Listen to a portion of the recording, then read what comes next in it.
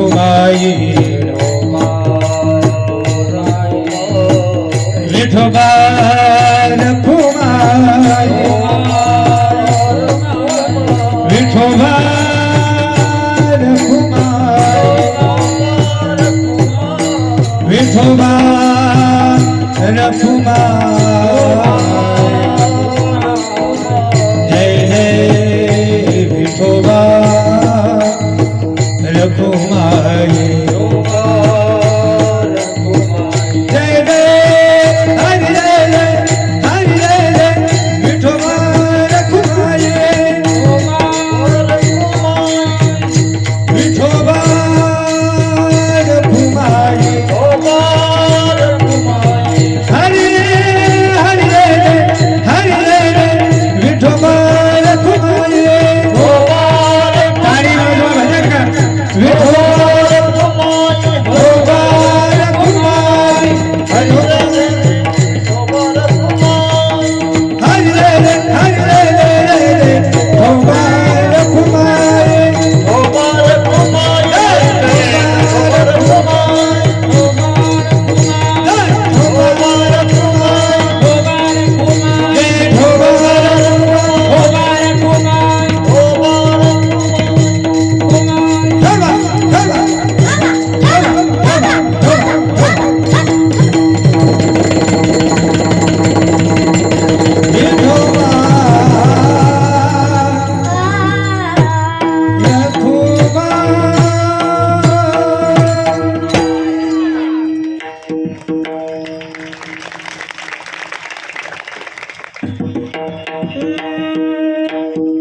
एक साधू होता.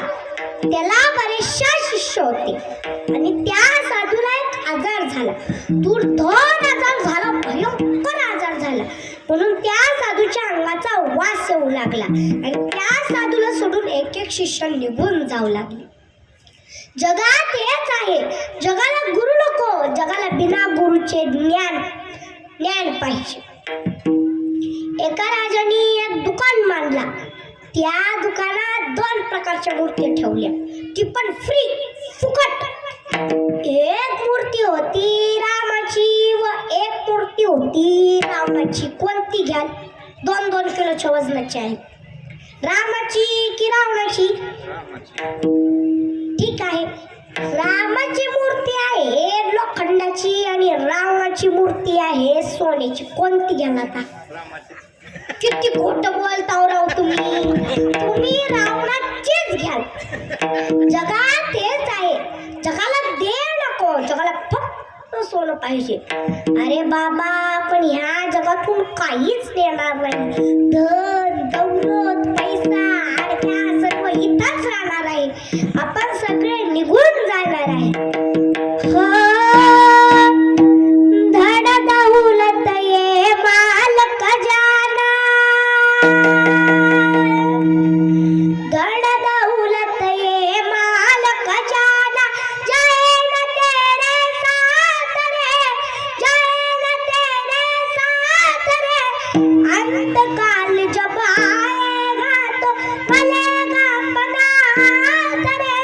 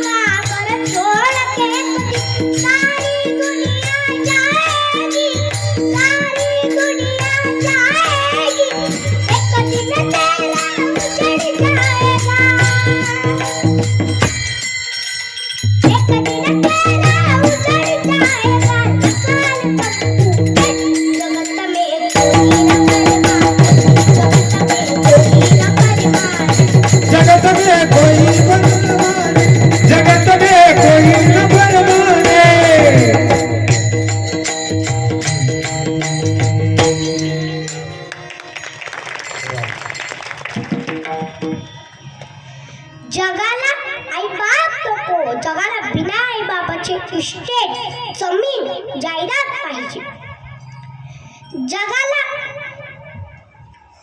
जगाला गुरु नको, जगाला बिना गुरुचे ज्ञान पाहिजे. आता त्या साधूला सोडून एक एक शिष्य निघून जाऊ लागले. आता त्या साधूकडे फक्त 4-5 शिष्य राहिलेले होते.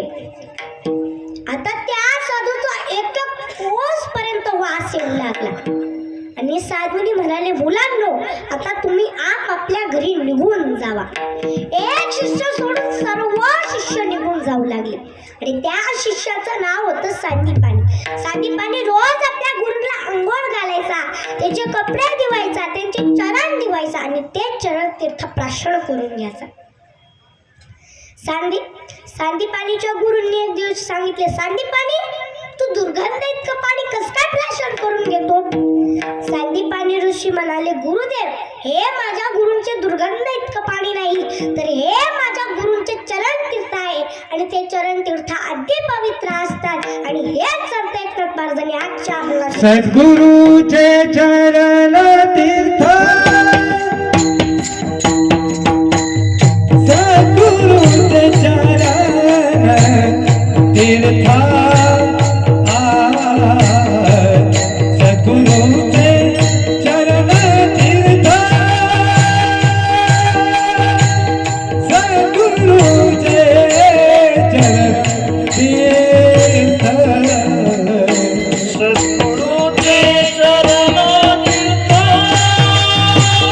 तीर्थ,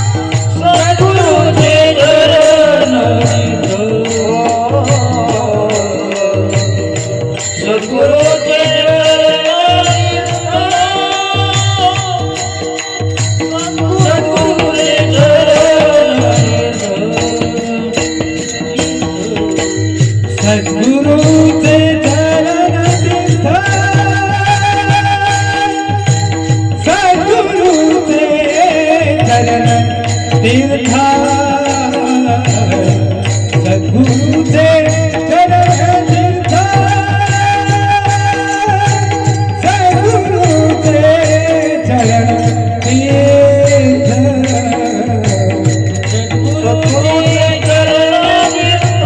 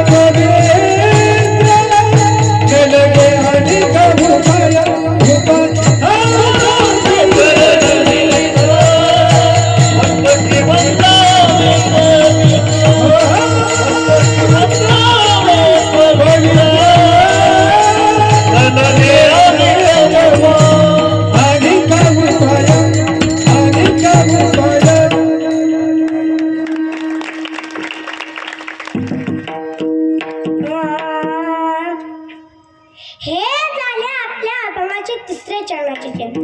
आता आपण आपल्या अभंगाच्या 4थ्या चरणाचे चिंतन पाहू.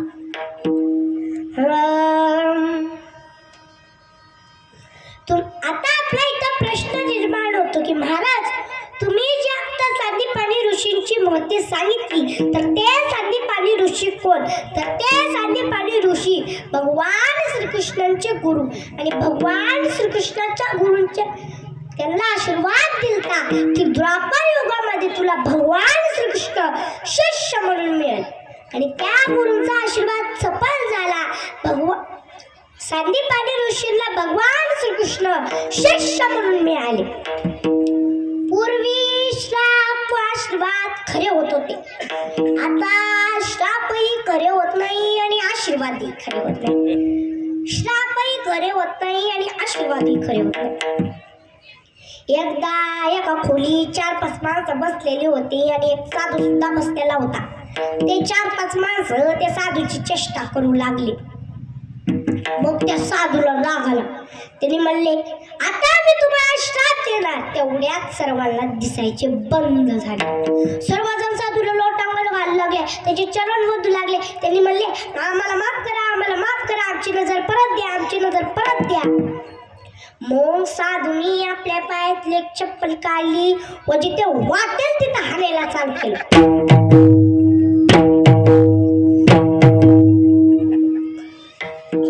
आणि म्हणाले, अरे बावळ डोक्याच्या नो, मला पण दिसायचे बंद झालेले आहे. कोणीतरी जनरेटर चालू करा.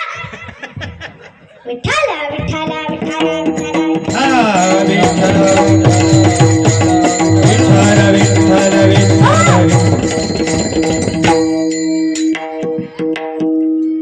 आपल्याला भगवतीय ज्ञान भोले बाबाकडनं भेटलेले आहेत. भोल्या बाबांनी शुकाचार्यांना दिलं आणि शुकाचार्यांनी सद्गुरूला दिले.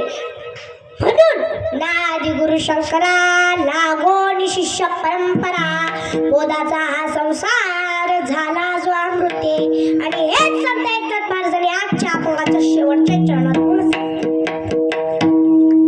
एका जनार्दनी सद्गुरु, एका जनार्दनी सद्गुरु, सद्गुरु एका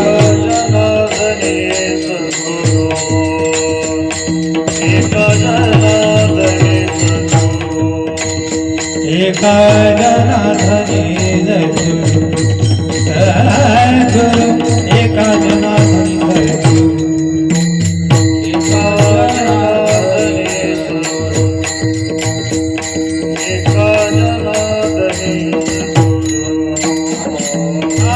भव सिंधू से तारू, हाथी भव सिंधू से तारू, नल में आने कहूँ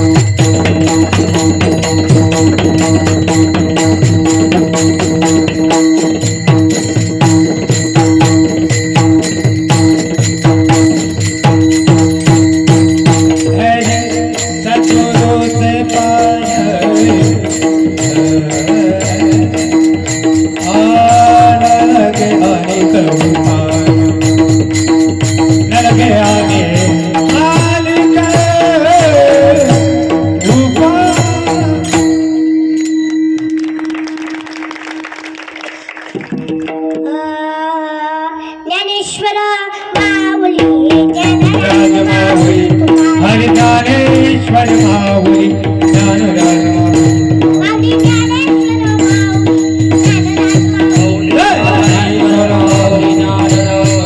माऊली ज्ञानेश्वर माऊली ज्ञानराज माऊली ज्ञानेश्वर माऊली ज्ञानराज माऊली